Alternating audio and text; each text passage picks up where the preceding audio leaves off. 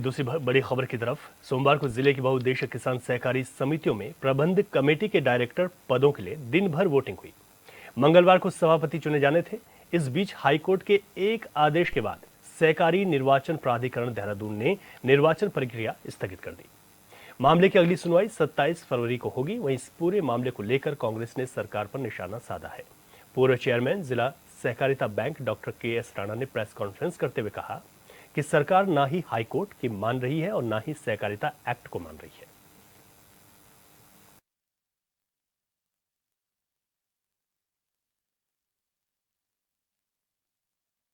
नहीं, हाईकोर्ट में जो मामला चल रहा है वो तो अपनी जगह है। हमारा तो आज का प्रेस का जो असली मकसद था वो ये था कि सरकार जो है न तो हाईकोर्ट की मान रही है, न सरकार जो है जो कॉपरेटिव एक्ट है, जो सहकारी समिति अधिनियम है, न उसकी मान रही है, और न सरकार अपने ही पुराने आदेशों की मान रही है, उनको भी समय समय पर बदल रही है। हमारा ये कहना है कि हाईकोर्ट ने इनको स्पष्ट निर्देश दिया कि आप समय से चुनाव क्यों नहीं कराते हैं। आप चुनाव कराइए, 1-1.5 साल हो गया, आप चुनाव क्यों नहीं करा रहे। जब इन्होंने चुनाव कराना शुरू किया तो उसमें फिर इनका षड्यंत्रकारी दिमाग जो है वो उजागर हो गया और इन्होंने ऐसे ऐसे निर्णय किए कि जिससे जो सहकारिता की मूल भावना है वो बिल्कुल ख़त्म होती नज़र आ रही है। इन्होंने पुराने सदस्यों को मताधिकार से वंचित करके उसमें नए सदस्य भर्ती करके उनसे चुनाव करा रहे हैं। उनसे कराया इन्होंने चुनाव, पुराने सदस्यों को वंचित कर दिया। तो इसके खिलाफ भी कुछ लोग कोर्ट गए, हमारे भी लोग थे उनमें, कई हरिद्वार के थे, कुछ उधम सिंह नगर के थे। तो कोर्ट ने आदेश दिया इनको कि आप पुरानी पद्धति से चुनाव कराएं, जो सहकारिता की मूल भावना है उसके अनुसार चुनाव कराएं।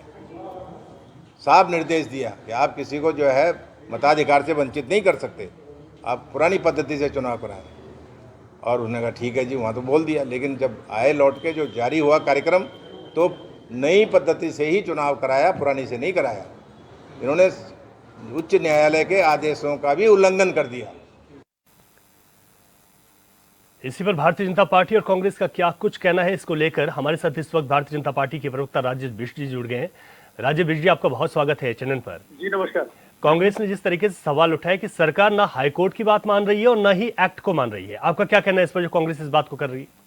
रवि भाई देखिए, कांग्रेस का हमेशा से यही हाल रहा है। चुनाव के समय पे शोर तो खूब मचाती है और जब चुनाव हो जाते हैं तो नतीजों में इसके सारे प्रत्याशियों की जमानत जब्त होती है। अभी तक का ये इतिहास रहा है। दूसरी बात, ये मामला कोर्ट में सब जुडिस है, विचाराधीन है। इसका अभी 27 तारीख को पुनः इस पे वहाँ पे कोर्ट में इसमें होना है, मामला ये चलना है वहां पर। तो इसलिए बहुत जल्दबाजी में कुछ कहना ठीक नहीं होगा। सरकार ने जो भी काम किया है वो नियमों को देखते हुए ये किया है। कोर्ट का जो भी आदेश होगा सरकार उसे मानेगी। उसमें सरकार का कहीं ये रुख नहीं है कि कोर्ट के खिलाफ जाए, कोर्ट की बातों को ना माने। लेकिन हाँ, कांग्रेस जरूर भ्रम फैलाने के लिए हमेशा तैयार रहती है। कांग्रेस हमेशा प्रपंच और झूठ बोलने के लिए तैयार रहती है। और जब चुनाव होते हैं तो इनका हाल पूरे देश ने, पूरे प्रदेश ने देखा। तो इसके लिए इनकी बात का कोई औचित्य नहीं है। इनकी बात को किसी प्रकार से कोई महत्व ना दिया जाए। ये झूठ और अनर्गल बातें कहते हैं। इसलिए मेरा ये मानना है, मैटर जैसे हाईकोर्ट में सब जुडिस है, 27 तारीख को सुनवाई होनी है, उसमें देखा जाएगा। जो कोर्ट कहेगा उसको सरकार मानेगी। जी ठीक है। राजेश बिष्ट जी, आप कह रहे हैं कि कांग्रेस इस बात को उठा रही है, लेकिन कांग्रेस ने प्रेस कॉन्फ्रेंस करके भी ये कहा कि सहकारिता चुनाव जो जिस तरीके से स्थगित किए गए उसमें सरकार की मंशा पर जो सवाल उठा रही है, तो आपको लगता है कि कोई प्रेस कॉन्फ्रेंस कर देना उसके बाद इस तरीके के सवाल उठाना? राजेश जी, देखिए, मेरा ये मानना है, कांग्रेस पार्टी को कोई भी व्यक्ति सीरियसली नहीं लेता है, क्योंकि इनकी हमेशा सारी बातें बेबुनियाद रहती है। मैंने जैसे एक बात कही कि अगर नियमों के तहत कोई काम होना है तो सरकार नियमों के तहत उस काम को करेगी। और मैंने जैसा कहा आपको कि हाईकोर्ट में मैटर सब जुडिस है, कोर्ट जो डिसाइड करेगा उसे सरकार मानेगी और उसी के नियमों के तहत ये चुनाव आगे होंगे। ठीक है। अच्छा राजेश बिष्ट जी, आप बने रहेगा, कांग्रेस की इस पर प्रतिक्रिया ले लेते हैं। हमारे साथ आशीष सैनी जी हैं, कांग्रेस के वरिष्ठ नेता जुड़ गए हैं। आशीष सैनी जी, आप लोग कह रहे हैं कि ना तो सरकार एक्ट को मान रही है सहकारिता के और ना ही कोर्ट की बात को मान रही है, आप लोगों को ऐसा क्यों लगता है?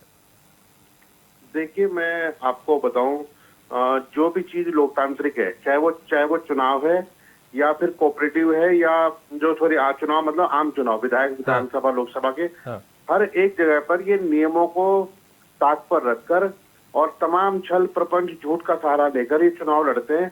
और जो भी ये बड़े अहंकार से बोल रहे थे ना, बड़ी बेशर्मी के साथ कि हम लोग चुनाव जीत गए और ये लोग चुनाव हार गए तो इसलिए इनकी बात मत सुनो। अरे महाराज, अगर आप सहकारिता में आप पे दम होता, आपके मुख्यमंत्री में और आपकी सरकार में हिम्मत होती तो नियमानुसार जो नियम है उससे चुनाव लड़ते। बिल्कुल सहकारिता का चुनाव तो बिल्कुल डेलीगेट्स का चुनाव है, ये कोई आम जनता का चुनाव नहीं है। इसमें आप बार बार गड़बड़ियां कर रहे हैं। आपको अपना चेयरमैन बिठाना है, आप बिठा लीजिए, कौन मना कर रहा है आपको?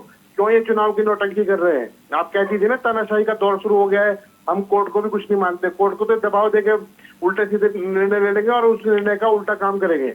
तभी भी जब मैं इनकी बातें सुनता हूँ, मेरे आज भी ये था कि मैं सिर्फ अपनी बात रखेंगे। हाँ। असलियत ये है कि ये लोग कानून में तोड़ मरोड़ करके और तमाम धांधलियों के साथ चुनाव जीत रहे हैं, बेईमानी के साथ चुनाव जीतते हैं। कहीं 5-5, 10-10, 15-15 हजार वोटर फालतू बना रहे हैं, कहीं कुछ कर रहे हैं। हाँ। जो भी कुछ गड़बड़ियां हो सकती है वो सब कर रहे हैं और उतनी ही बेशर्मी के साथ ये बोलते हैं कि हम चुनाव जीत रहे हैं और ये लोग चुनाव हार रहे नहीं, हैं। राजे बीर जी सुन रहे हैं आपको, ठीक है, बात पूरी कीजिएगा फिर जाऊंगा राजे बीर जी पे, ठीक है। सैनी जी दूसरी बात, हर बार ये कहना, जैसे हम कोई बात उठाएंगे कहेंगे कि लोग राजनीति कर रहे हैं। भाई राजनीतिक दल है तो राजनीति करेंगे। हम आपकी तरह नहीं है कि अपना 3/4 का बहुमत लेने के बाद भी नंगे के नंगे घूम रहे हैं कि काम के नाम पर जीरो। जो कानून पहले से लागू है उन्हीं का पंच बनाते रहे। सहकारिता में ग्रामीण क्षेत्र अर्थव्यवस्था जो है उसको मजबूती करने के लिए कोऑपरेटिव मूवमेंट चलाया गया। कोऑपरेटिव चुनाव में भी अपने आदमी को केवल इसलिए बिठाना चाहते हैं ताकि भ्रष्टाचार का वो नंगा नाच हो। हर कोऑपरेटिव सोसाइटी के माध्यम से किसानों को हो, चाहे जो सरकार से मिलने वाली राहत हो, उसको लूटने के लिए तंत्र बना रहे हैं। और ये चाहते जबरदस्ती भाजपा के लोग बैठे। ये जिला पंचायतों में भी यही करते हैं। जिला पंचायत चुनाव में कांग्रेस के जीते हुए मेंबरों को भी इसलिए लाए और अभी भी कोऑपरेटिव इलेक्शन में जो कांग्रेस के जीते हुए लोग हैं, आप क्योंकि इनके पक्ष में नहीं आ रहे हैं तो इनको इससे दिक्कत महसूस हो रही है। हार रहे हैं चुनाव। अगर ये ईमानदारी से चुनाव कराने में आपके सामने दावा करता हूँ, इनके मुंह पर जूता लगेगा और लोग इनको। अच्छा ठीक है, नहीं, एक सेकंड आप राजे बीर जी की बात सुन लीजिए। बीर जी।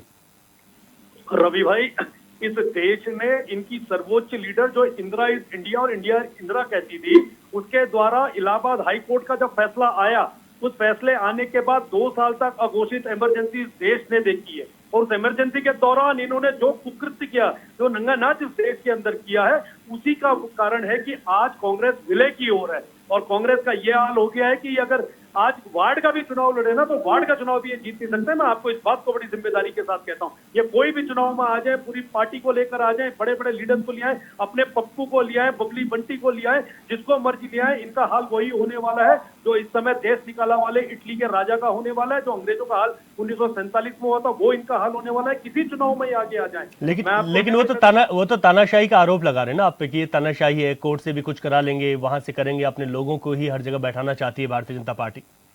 इस देश ने 2 साल तक अघोषित इमरजेंसी देखी है। इससे बड़ी तानाशाही इस देश के अंदर किसी ने देखी है तो मुझे बताइए।